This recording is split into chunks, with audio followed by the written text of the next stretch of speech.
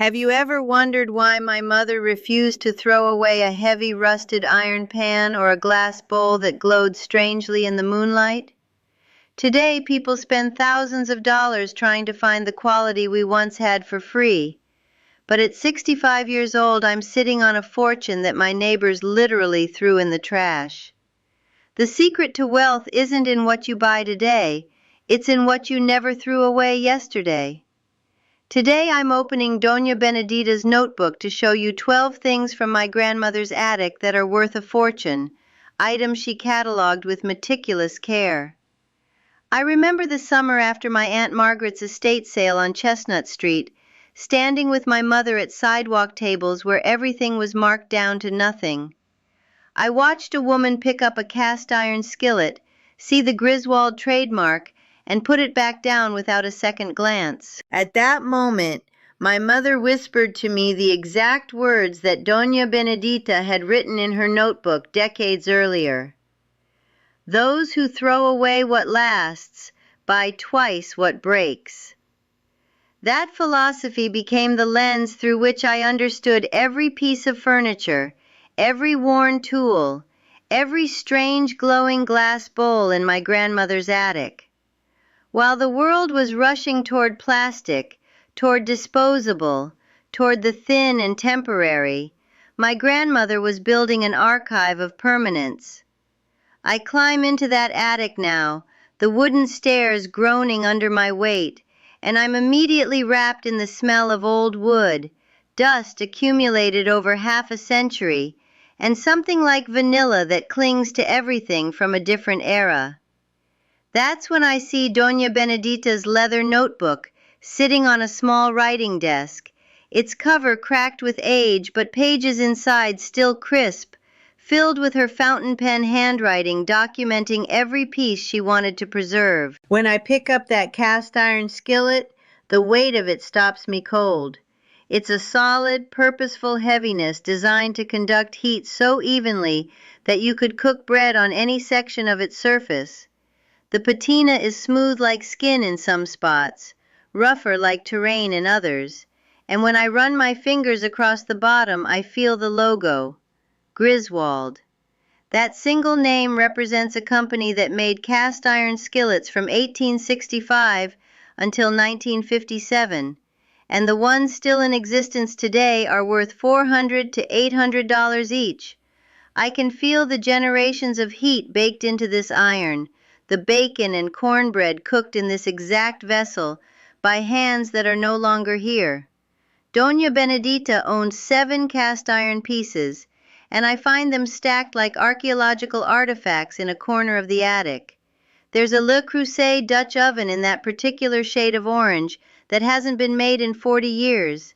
The enamel still glossy and intact despite decades of stovetop use. When I lift it, I can smell the copper undertones in the base, and the weight tells me immediately that this is quality, that someone engineered this to last forever. The ceramic interior shows the faintest ring of discoloration from years of slow-cooked stews and braises, and each mark is a story that money alone can't buy. These 7 pans together are worth more than $3,000. Beside the pan sits the Singer sewing machine, and when I first lay eyes on it, my breath actually catches. It's the Model 15, manufactured sometime between 1910 and 1930, painted in that deep green with gold leaf accents that speaks of an era when household machines were designed to be beautiful as well as functional. The cast iron base weighs 40 pounds, decorated with ornamental scrollwork that no modern manufacturer would ever waste money on. I sit down at the attached bench and trace my fingers over the presser foot, the feed dogs, the intricate system of gears and cams that orchestrate the creation of a perfectly locked stitch. When I pump the treadle with my foot, the needle moves up and down with mechanical precision, that steady rhythm that my grandmother must have felt hundreds of times as she mended clothes for her family. A Singer Model 15 in this condition is worth between $600 and $1,500. The furniture in that attic represents perhaps the greatest concentration of value. There's a dining table in solid American walnut, hand-planed by craftsmen in the 1920s, and when I sit at it, I can see the tool marks left by someone's hands, the slight imperfections that prove a human being created this rather than a machine. The wood has that deep chocolate color that only walnut develops over a century, and when you run your palm across the surface, there are no splinters, just a silken texture polished by countless dinner guests. The table seats 12 and could fetch $2,000 to $5,000 at auction. There are also chairs, a china cabinet with glass doors, a secretary desk in mahogany with secret compartments. Each piece was built by craftsmen who expected their work to outlast them, who chose materials for longevity rather than cost. The forged steel tools hanging by the attic window represent a different kind of wealth entirely. These are hand tools from the early 20th century, carrying the weight and balance of instruments designed for professional use. There's a set of chisels from an old carpentry business, stamped with maker's marks that indicate they were forged by hand rather than stamped from sheet metal. When I pick up a half-inch chisel and test the edge, it's still sharp enough to draw blood, still eager to cut into wood after nearly a century of use. A set of vintage hand tools in this condition can be worth $2,000 or more to craftspeople who understand that modern tools are engineered to be cheap and replaceable rather than good. The uranium glass collection stopped me cold when I first examined it under the ultraviolet light that Doña Benedita included in her documentation instructions. In normal daylight, the glassware looks ordinary, beautiful but unremarkable, that particular yellow-green shade that depression glass often possessed when it was mass-produced during the 1920s and 30s. But under the black light, the collection transforms into something almost otherworldly. The glass fluoresces with a brilliant greenish-yellow glow that seems to come from deep within the material itself, and that glow is the signature of uranium oxide dissolved into the glass during manufacturing. Doña Benedita collected 16 pieces of uranium glass, everything from drinking glasses to serving bowls, and each one lights up like a small sun when exposed to ultraviolet radiation. Alongside the uranium glass is a collection of crystal pieces from manufacturers like Waterford and Baccarat, pieces that sing when you flick them with your fingernail, that bend light into rainbows when the sun hits them correctly. The mechanical clocks represent some of my favorite finds because there's something almost alive about a clock that keeps time through mechanical precision rather than electronic impulses. There's a grandfather clock that stands 8 feet tall, its wooden case crafted from oak with a glass door protecting the pendulum, and inside that case is a 300-year-old mechanism that still marks every second with a reliable tick, tick, tick. The moon phase dial shows the lunar calendar, and the Westminster chime plays every quarter hour. When Doña Benedita documented this clock, she noted that it had belonged to her great-grandfather, which means this piece of mechanical engineering has been running for longer than electricity has existed in this country. There are also mantle clocks, smaller pieces that chime the hours, each one a miniature temple of gears and springs. While everyone was throwing their old junk in the trash to buy plastic replacements, I was polishing the bronze, restoring the wood, cleaning out the mechanism of each clock. Doña Benedita knew that gold is hidden in what stays, not in what changes. She understood that quality speaks quietly while marketing screams. I've digitized her entire heirloom identification and restoration guide into an e-book, a complete map to finding treasures in your own attic, and you can find that guide in the pinned comment below. Moving deeper into the attic, I discover the tin toys, and these pieces transport me back to childhoods I never experienced personally, but can almost see through the metal. There are Schuko pieces, tiny mechanical cars that you wind up and watch scurry across the floor with surprising speed, the tin painted in colors that have faded to soft pastels but still retain their charm.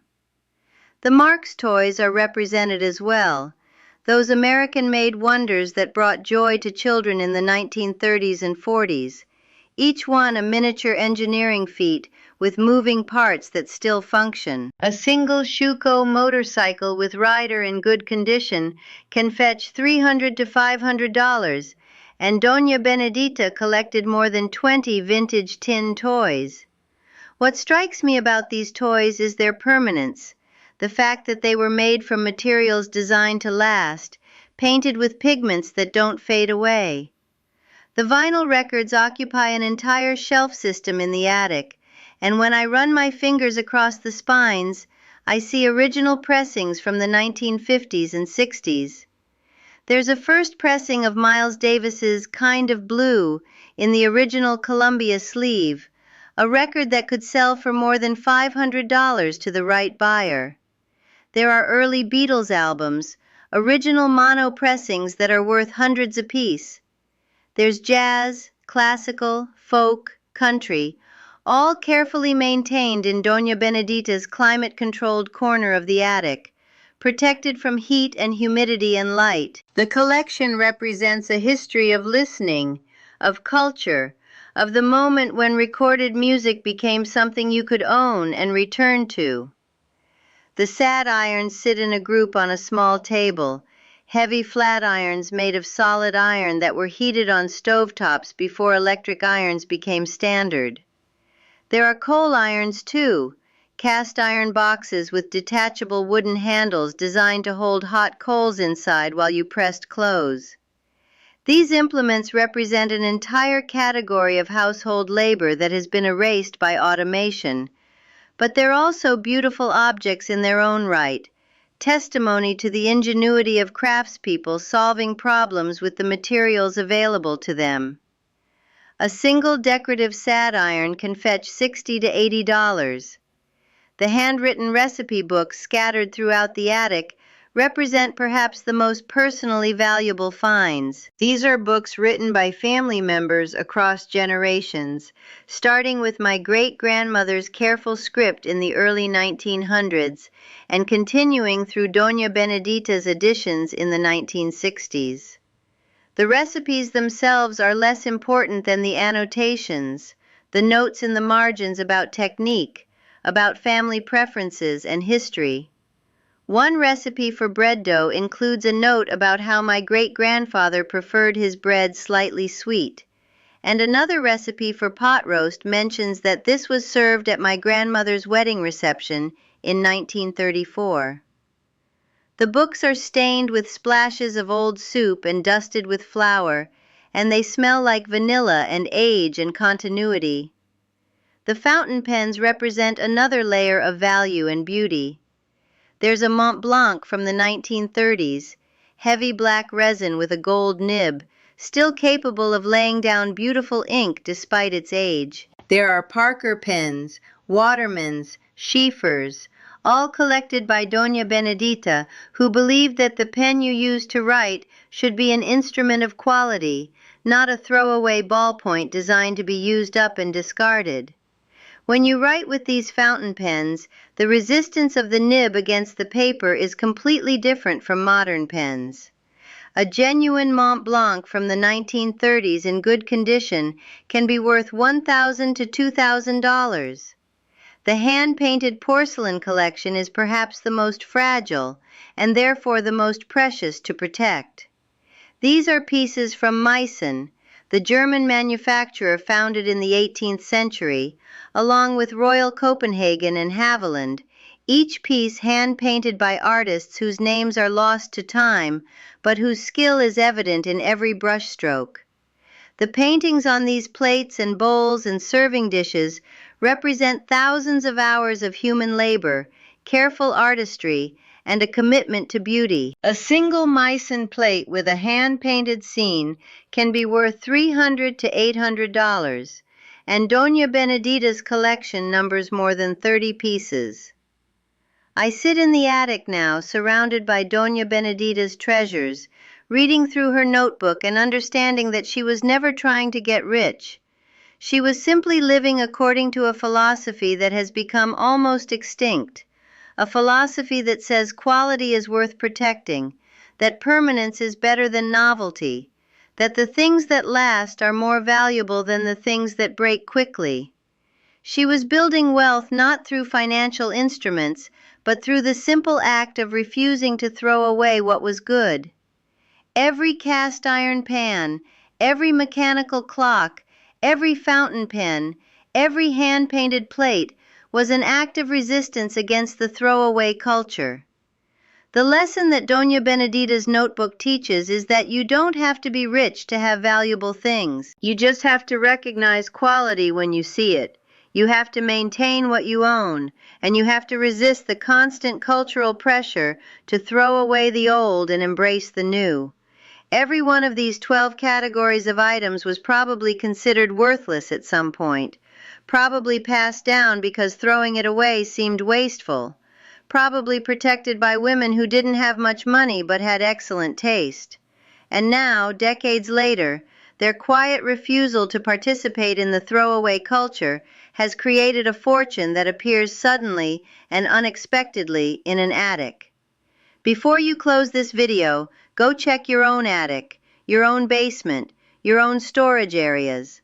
Look for cast iron cookware, mechanical clocks, fountain pens, solid wood furniture, hand-painted porcelain. Your family history might be hiding in plain sight, waiting for you to recognize the quality that previous generations understood so well. The map to finding treasures in your own home is right there in the pinned comment. Doña Benedita's complete heirloom identification and restoration guide. Everything she learned about recognizing quality, authenticating makers, and protecting what's valuable. Your grandparents probably left you an inheritance far more valuable than you realize. They just didn't leave it in a bank account. They left it in the weight of cast iron, in the mechanism of a clock, in the stroke of a fountain pen, in the permanence of things that refuse to break. At 65, I'm finally wealthy enough to understand that my grandmother was the richest woman I ever knew.